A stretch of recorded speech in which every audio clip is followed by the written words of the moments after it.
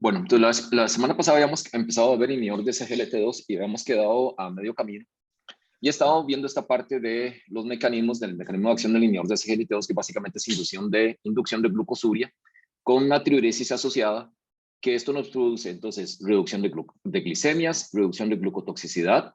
Al perder entre 75 y 100 gramos de azúcar de glucosa en un periodo de 24 horas por medio de la orina, vamos a tener una pérdida calórica de alrededor de 300 a 400 calorías, que se traduce en pérdida de peso. Y por el efecto natriurético y por el efecto diurético vamos a tener cierto grado de reducción de presión arterial, que anda en el rango usualmente de 3-4 milímetros de mercurio de la presión sistólica y de 1 a 2 de la presión arterial diastólica. Entonces no es un antihipertensivo, pero en algo contribuye. Entonces, el efecto adverso principal termina siendo infecciones genitales. Aquí está puesto como vulvovaginitis, pero también se puede presentar balanitis. Y eso se presenta hasta en 10% de las mujeres y alrededor del 5% de los hombres. Y esto se debe básicamente a la glucosuria. Entonces, donde nosotros vamos a tener excreción urinaria de glucosa, esto permite que los hongos normalmente comensales en la piel tiendan a proliferar, y esto incluye la cándida en la mujer, y tanto en la mujer como en el hombre. Entonces, esto aumenta la posibilidad de infecciones y nos aumenta como a un 10% en las mujeres y 5% de los hombres. ¿Qué piensan ustedes? ¿Cómo podríamos evitar estas infecciones genitales? ¿Cómo se le puede educar al paciente? Extremando medidas de higiene. Por ejemplo. No sé, como utilizar toallitas húmedas después de ir al baño. Ok, es una alternativa. Toallitas húmedas que se enjuague. Entonces, si está en la casa, por ejemplo, se puede enjuagar con un poco de agua después de orinar. ¿Y en los hombres? Retracción del prepucio, como al bañarse. Al bañarse, que se retraiga el prepucio, que se lo limpie bien, que se lo seque bien, ¿verdad? Y que después de orinar que no quede ningún residuo, ni que no queden gotas de orina ahí acumulado entre el prepucio y el glande, ¿verdad? Entonces, asegurarse de secarse bien y que no quede acumulado. Los estudios iniciales, los estudios fase 3 de los inhibidores de SGLT2, habían mostrado un pequeño aumento de infecciones del tracto urinario, pero realmente cuando se van a los estudios grandes, en los estudios cardiovasculares, no hay esta infección de tracto urinario. Entonces, básicamente lo que se aumenta es el riesgo de bacteriurias asintomáticas. Y las bacteriurias asintomáticas en personas con diabetes no se tratan de manera rutinaria. Tiene un pequeño aumento de LDL, que esto va en relación, esto es directamente proporcional al grado de excreción urinaria de glucosa. Entonces, los que excretan más glucosa suben más LDL. ¿Y cuál de los agentes habíamos dicho que es el que más excreta glucosa? ¿Cuál de los tres? Empagliflozina, dapagliflozina o canagliflozina.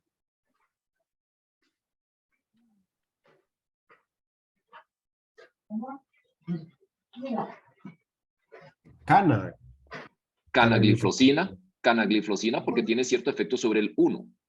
Entonces, canagliflozina también es el que produce un poco más de aumento del LDL, que pueden dar entre un 7 y un 9%. Sin embargo, esto no tiene mayor consecuencia cardiovascular, como vamos a ver dentro de un momento. Puede haber hipovolemia e hipotensión postural. Este riesgo de hipotensión postural es sobre todo adultos mayores, adultos de más de 70 años de edad, duplica el riesgo de hipotensión postural. Hipotensión postural también aumenta cuando tenemos aclaramiento de creatinina de menos de 60 cc por minuto y también en presencia de diuréticos de ASA. Entonces, en general, si el paciente viene utilizando diuréticos de ASA y vamos a iniciar un inhibidor de SGLT2, hay que reducirle o suspenderle el diurético de ASA antes de iniciar el inhibidor de SGLT2, precisamente para evitar esta hipotensión postural. Y vamos a ver dentro de un momento que hay un pequeño aumento en el riesgo de fracturas dado por caídas a raíz de esta hipotensión postural. Entonces, no es un efecto tóxico directo en el hueso del inhibidor de SGLT2, sino que a raíz de caídas por hipotensión postural podemos tener un pequeño aumento en el riesgo de fracturas. Sin embargo, digamos, a pesar de que estos eran los mecanismos de acción, el mecanismo de acción clásico, empezó a verse una serie de mecanismos adicionales. Y uno de estos mecanismos es que estos fármacos tienen un efecto uricosúrico. Entonces, a nivel del túbulo distal, nosotros tenemos este transportador que es el SLC2A9B. Y este transportador lo que hace es un intercambiador de glucosa con urato. Entonces, si nosotros tenemos mayor entrega de glucosa hacia el túbulo distal, se va a estimular este intercambiador. Esto favorece la reabsorción de glucosa, pero favorece la excreción urinaria de urato. Entonces, vamos a tener uricosuria. Y esto nos contribuye a bajar discretamente los niveles de ácido úrico sanguíneo. Por otro lado, digamos, tal vez el efecto más prominente o uno de los efectos más importantes, y es una de las indicaciones del medicamento, es en uso de proteinuria no diabética, incluso, ¿verdad? Entonces, incluso en personas sin diabetes con proteinuria, estos fármacos son efectivos. Y la razón de ello es porque estos fármacos modulan un reflejo que se llama el reflejo túbulo glomerular. Entonces, nosotros tenemos, por ejemplo, aquí, esta es la arteriola aferente, esta es la arteriola eferente. Entonces, este es el capilar glomerular.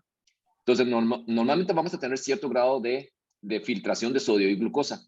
Y como les mencionaba, en el túbulo proximal existe la expresión de este SGLT2 que reabsorbe sodio y glucosa. Las personas que tienen diabetes tienen una mayor expresión del SGLT2. Entonces, incluso desde el momento del diagnóstico de la diabetes. Si tiene mayor expresión de SGLT2, ¿qué va a pasar con las concentraciones luminales de sodio? Disminuye. Disminuye, ¿ok? Entonces, al disminuir las concentraciones intraluminales de sodio, esto lo va a censar la mácula densa. Al censarlo en la mácula densa, entonces lo que hace es disminuir la producción de adenosina. ¿Ok? Y al disminuir la producción de adenosina, vamos a tener una vasodilatación de la arteriola aferente. Al producirse esta vasodilatación de la arteriola aferente, ¿qué pasa con la presión intraglomerular? Aumenta. Aumenta. Al aumentar la presión intraglomerular, vamos a tener mayor presión para hiperfiltración y esto empieza el daño de la nefropatía diabética. ¿Ok? Entonces, si yo bloqueo, vamos, ahí está ilustrado el aumento de la presión intraglomerular. Entonces, si yo bloqueo este mecanismo con un inhibidor de SGLT2, ¿ok? Entonces, al bloquear el inhibidor, al bloquear el transportador de sodio-glucosa, vamos a tener que las concentraciones luminales de sodio y glucosa aumentan. Al aumentar el del sodio, esto lo sensa la mácula densa. La mácula densa entonces produce menos adenosina, va a producir más adenosina, vamos a tener vasoconstricción de la arteriola aferente y por lo tanto la presión intraglomerular disminuye y disminuye la hiperfiltración y la proteinuria. ¿Ok? Entonces, ese es un efecto hemodinámico que inducen esos fármacos que es independiente de la glucosa plasmática. ¿Ok? ¿Quedamos claros con este mecanismo?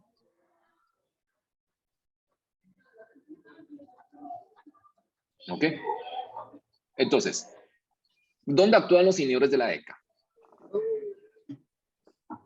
En la eferente. En la eferente, en la arteriola eferente. Entonces, estos medicamentos, los inhibidores de SGLT2 para el manejo de la parte renal, ¿sustituyen a los inhibidores de la ECA o son complementarios a los inhibidores de la ECA? ¿Qué pensarían ustedes?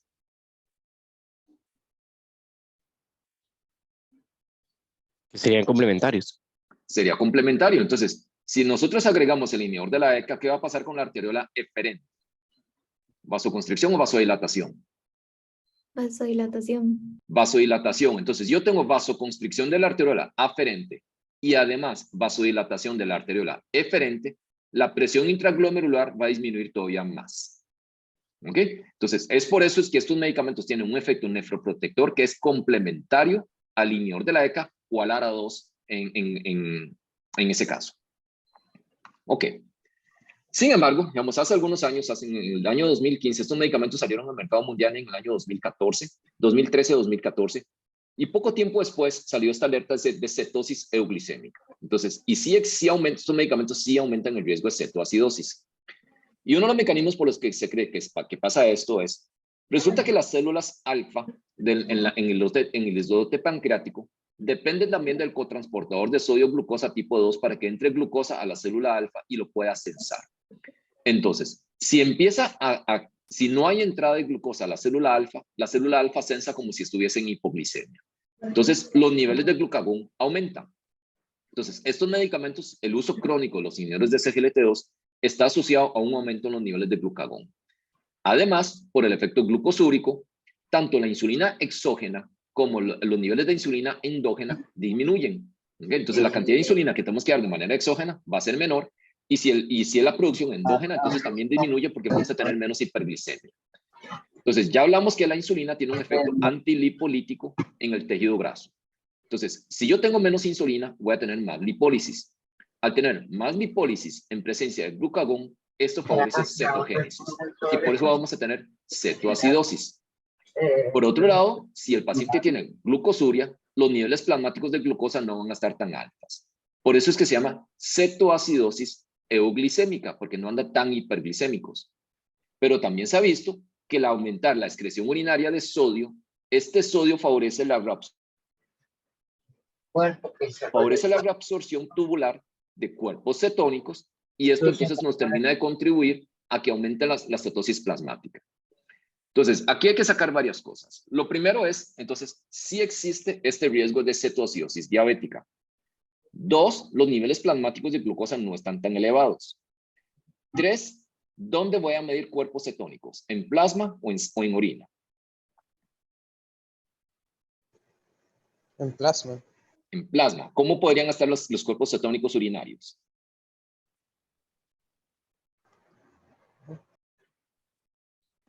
¿Bajos o sí, ausentes casi? Podrían estar bajos. Entonces, si yo me estoy ateniendo a medir cetonuria, puede estar falsamente negativos, ahora falsamente normales. Bueno, falso no, sino es un efecto real, pero me da una falsa sensación de seguridad. ¿Okay? Entonces, si yo tengo un paciente tomando inhibidores de SGLT2 y viene con síntomas de cetoacidosis, viene con náuseas, con vómitos, con malestar general, taquipneico al servicio de emergencias y tiene una glicemia en 200, yo tengo que estar seguros de que no tenga cetoacidosis. ¿Y cómo lo descarto? Con gases arteriales. Gases arteriales, entonces tengo que hacerle gases arteriales y medirle cetonas plasmáticas a este paciente. ¿Ok? Entonces, el que esté relativamente normoglicémico no me descarta la posibilidad de que tenga cetoacidosis. Por otro lado, se ha visto que este riesgo de cetoacidosis es mayor en diabéticos tipo 1 que en diabéticos tipo 2. Entonces, estos medicamentos, dapagliflozina, está aprobado en Europa para el uso en diabetes tipo 1 con más de 27 índice de masa corporal. Sin embargo, por este riesgo de cetoacidosis, la compañía que lo produce decidió retirar esa indicación. Entonces, no lo están promocionando para el uso de diabéticos tipo 1. Lo segundo es, aquí hay una relación directa entre dosis del inhibidor de SGLT2 y riesgo de cetoacidosis en pacientes con diabetes tipo 1, donde si utilizamos la dosis plena, el riesgo puede ser tan alto como 10%. Luego, en la mayoría de las ocasiones de cetoacidosis hay una causa precipitante. Y esta causa precipitante, digamos, de cetoacidosis euglicémica por inhibidor de SGLT2 termina siendo alcohol en grandes cantidades, infección, una hospitalización, ejercicio extenuante, ¿verdad? Son las causas más comunes. Entonces, si el paciente va a hacer un ejercicio extenuante, debería suspender el inhibidor de SGLT2 48 horas antes. Si el paciente se hospitaliza por la razón que sea, una cirugía electiva, COVID, lo que sea, deberíamos quitarlo 48 horas antes o inmediatamente al momento del ingreso, ¿verdad? Entonces, para efectos prácticos, esta parte del manejo agudo termina siendo casi que con las mismas recomendaciones de metformina, ¿verdad? Que si el paciente se va a someter a un estado de enfermedad aguda, igual como suspendimos metformina por el riesgo de cetoacidosis, vamos a suspender el inhibidor de SGLT2. ¿Ok? Quedamos claros con la cetoacidosis que se produce con el inhibidor de SGLT2. ¿Alguna duda con esto? No, doctor. Ok. Dentro de los otros beneficios, se ha visto que estos inhibidores de SGLT2 aumentan eritropoyetina. Entonces, esto es el nivel de eritropoyetina y en verde está el inhibidor de SGLT2. En azul es un diurético, es hidroclorotiazida, y en rojo es placebo. Entonces, vean cómo aumentan los inhibidores de eritropoyetina. Esto está asociado a aumento en el índice reticulocitario y, por lo tanto, en la masa de glóbulos rojos aumenta. Esto puede ser beneficioso especialmente en pacientes que tienen algún grado de disfunción renal. Entonces, está asociado a una menor caída de hematocrito. Pero en personas que tienen función renal normal, esto nos puede llevar a policitemia. Entonces, hay que tener cuidado que uno de los efectos adversos es policitemia. Y si estamos hablando de pacientes que tienen diabetes tipo 2, con alguna frecuencia coexiste con apnea obstructiva de sueño, que también nos lleva a policitemia. Entonces, hay que tener cuidado por eso. Este efecto se presenta únicamente en personas con diabetes. Entonces, cuando vemos la comparación en los niveles de eritropoyetina, en la barra gris clara, esta es pacientes sin diabetes. Entonces, vean como 4 semanas de tratamiento, los niveles de eritropoyetina no cambiaron significativamente. En cambio, en personas con diabetes, los niveles de eritropoyetina suben. Bueno, ya vimos el efecto uricosúrico. Les mencionaba la parte de fracturas. Entonces vean cómo en este caso el único de los agentes que ha sido asociado a fracturas es básicamente canagliflozina. Pero entonces vemos como el riesgo de fracturas con canagliflozina, el riesgo relativo es 23% más alto, ¿okay?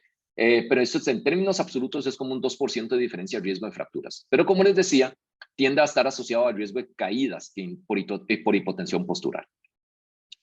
Entonces, estas fracturas entonces se presentan básicamente en el estudio Canvas con canagliflozina. Y lo que se ha visto, y también se ha visto que en el estudio Canvas aumentó discretamente el riesgo de amputaciones.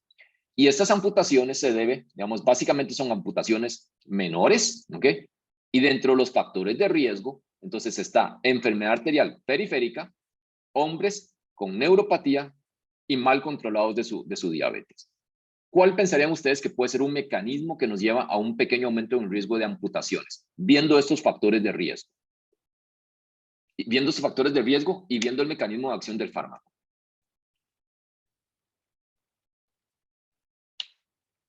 ¿Qué pensarían ustedes?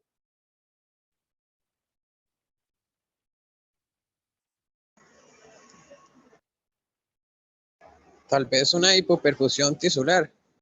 Hipoperfusión tisular, esa es la teoría principal. Entonces, si el paciente tiene enfermedad arterial, tiene alteraciones en la microvasculatura y yo estoy induciendo diuresis, voy a tener algún grado de hipovolemia. Entonces voy a tener compromiso en la perfusión. Y si yo tengo compromiso en la perfusión, voy a tener predominantemente amputaciones distales, amputaciones menores. ¿Okay?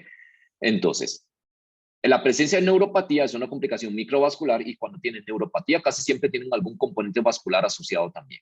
Y por eso es que el factor de riesgo más importante para nuevas amputaciones es la presencia de amputación previa, ¿verdad? Porque ya está demostrado que en ese contexto tiene su compromiso en la microcirculación. ¿Esto quiere decir que no se puede utilizar estos fármacos en este contexto? No, sino que hay que mantenerlos bien hidratados y utilizarlos con cuidado. Porque estos mismos son factores de riesgo para pensar en que desde el punto de vista cardiovascular el paciente tiene mayor riesgo. ¿Okay? Y ya vamos a ver esa parte cardiovascular. Entonces, ya hablamos un poco de la parte de las infecciones genitales. Bueno, por el efecto diurético que tiene, vamos a tener que en las primeras 4 semanas podemos tener una caída de la tasa de filtración glomerular que luego a las 12 semanas recupera. Entonces, realmente no se recomienda de manera rutinaria estar midiendo esa tasa de filtración glomerular las primeras semanas. Y más bien, desde el punto de vista de lesión renal aguda, disminuye el riesgo de lesión renal aguda. Ya hablamos de hipotensión postural. Hay algunos casos de reportes de necrosis de Fournier, ¿verdad? Por el efecto de la glucosuria, favoreciendo algunas infecciones, pero esto es raro, ¿okay? Pero sí está reportado en la literatura. Algunos beneficios adicionales. Entonces vamos a tener mejoría del control glicémico, pérdida de peso y presión arterial por el efecto. Pero vamos a ver que tiene un beneficio cardiovascular con disminución de muerte cardiovascular. Tienen menos progresión de nefropatía, tanto diabética como proteinuria sin diabetes. Reducen proteinuria y también por el efecto hemodinámico que tiene, por el efecto diurético y posiblemente algunos mecanismos adicionales a nivel cardíaco, hay una disminución en falla cardíaca independientemente de la fracción de eyección, tanto con fracción de eyección reducida como fracción de eyección preservada, incluso en personas que no tienen diabetes. Esto lo vamos a ver el otro año en falla cardíaca, ¿verdad? Pero los inhibidores de SGLT2 son uno de los 4 clases terapéuticas que en falla cardíaca con fracción de reducción disminuida son medidas clase 1, ¿verdad? Que reducen claramente mortalidad. Entonces, es uno de los pilares del tratamiento de falla cardíaca, incluso en personas sin diabetes. Entonces, este es el resumen de los estudios cardiovasculares de los inhibidores de SGLT2. Entonces, aquí está el acrónimo, el nombre de cada uno de los diferentes estudios, está el agente. Entonces, aquí está EMPA-REG, por ejemplo, que fue con empagliflozina, Canvas con canagliflozina, Declare con dapagliflozina. Y el color de esta parte aquí se refiere a la población evaluada. Entonces, lo que está en rojo es porque es 100% de prevención secundaria. Y aquí podemos ver como EMPA-REG y Vertis son de 100% de prevención secundaria. Lo que está en anaranjado es porque más de la mitad de los pacientes son de prevención secundaria y lo que está en amarillo, que es Declare, es porque más del 50% no son de prevención secundaria, son de prevención primaria. Entonces, ¿qué les parece? MACE es la combinación de muerte cardiovascular, ¿verdad? Infarto no fatal y ictus no fatal, ¿verdad? Entonces, en pacientes de mayor riesgo, reducen MACE. pero sobre todo reduce mortalidad cardiovascular e incluso mortalidad por cualquier causa. Entonces, a esto me refería con que el pequeño aumento de LDL no tiene repercusión porque más bien muerte cardiovascular es menor. Y lo segundo es que estos fueron los primeros indicios en enseñar que todos mejoraban falla cardíaca, incluso en personas que no tenían falla cardíaca. Y luego fue cuando se hicieron los estudios específicamente en falla cardíaca y reducen mortalidad también. ¿Ok? Entonces, podemos hablar de efecto de clase en los inhibidores de SGLT2. ¿Qué pensarían ustedes?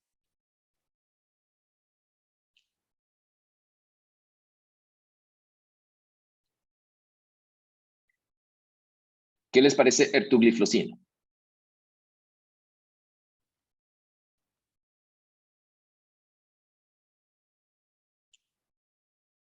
Se me olvidó mencionarles que lo que está en verde es porque es estadísticamente significativo.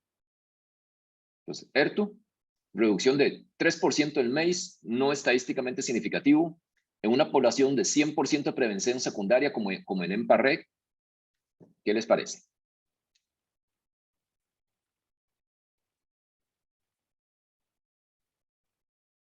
Entonces, todos reducen eventos cardiovasculares.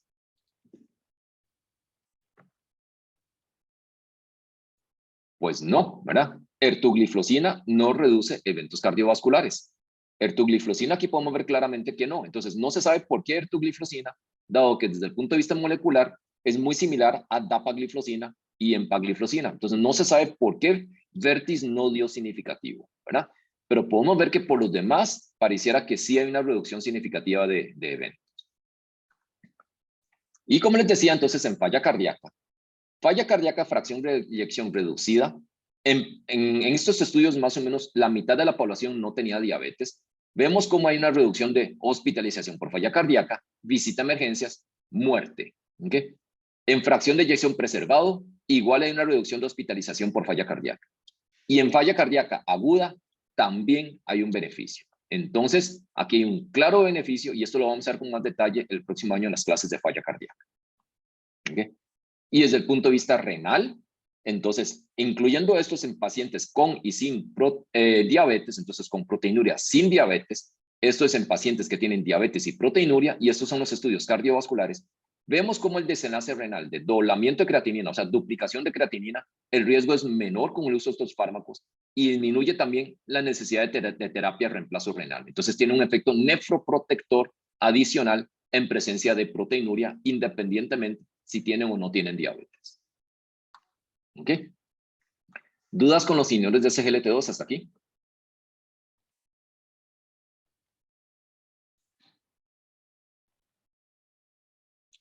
¿Alguna duda, algún comentario? ¿Me están escuchando? Claro. Ok, sí. Todo claro. Sí, ok. Y para finalizar, entonces, esto es un resumen del uso de los antidiabéticos, entonces, en general, en insuficiencia renal. Entonces, insuficiencia renal es bastante prevalente. Entonces, alrededor del 15 al 20% de las personas que tienen diabetes van a tener una tasa de filtración glomerular de menos de 60 cc por minuto. Entonces, en general, con más de 60 cc por minuto, podemos utilizar todos los diferentes fármacos. En un estadio 3A, entre 45 y 60 cc por minuto, entonces ya tenemos que empezar a utilizar con precaución sulfonilureas porque puede empezar a aumentar el riesgo de hipoglicemias y las tiazolidinedionas empieza a aumentar el riesgo de retención hídrica y falla cardíaca. En un estadio 3B, entre 30 y 45 cc por minuto, acuérdense que con metformina ya la dosis máxima pasa a ser 1000 miligramos diarios y no deberíamos iniciar pacientes nuevos, ¿ok? Y por debajo de 30 no deberíamos utilizar metformina. Sulfonilureas en estadio 3A y 3B, usarlos con precaución porque aumenta el riesgo de hipoglicemias y preferiblemente no usarlos cuando cae por debajo de 30. Glitazonas, entonces definitivamente por debajo de 30 no, por el aumento del riesgo de retención hídrica. Los inhibidores de SGLT2, acuérdense que para tener el efecto antidiabético, ¿verdad? Para tener la reducción de glucosa, necesitamos que filtre glucosa. Entonces, se usa cuando está por arriba de 45 cc por minuto. Pero, desde el punto de vista protección de órgano blanco, protección de falla cardíaca y protección de la parte renal, se puede utilizar por arriba de 25 cc por minuto, ¿verdad? Por arriba de 25 podemos utilizar la parte para la protección renal y para falla cardíaca. Lo que pasa es que si necesitamos bajar glucosa, no va a ser suficiente porque entre 25 y 45 cc por minuto no hay una reducción significativa de glucosa con los inhibidores de SGLT2. ¿Quedamos claros con eso, con ese concepto?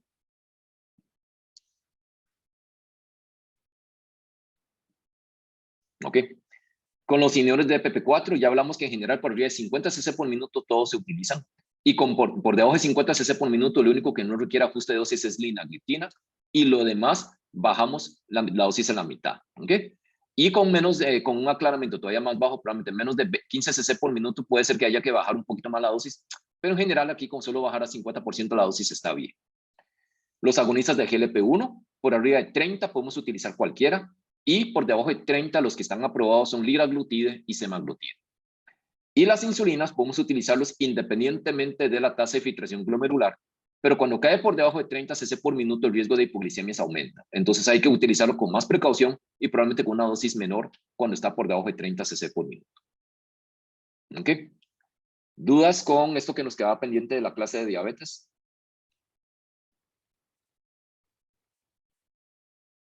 Ok, listo. Entonces déjenme parar la grabación de aquí.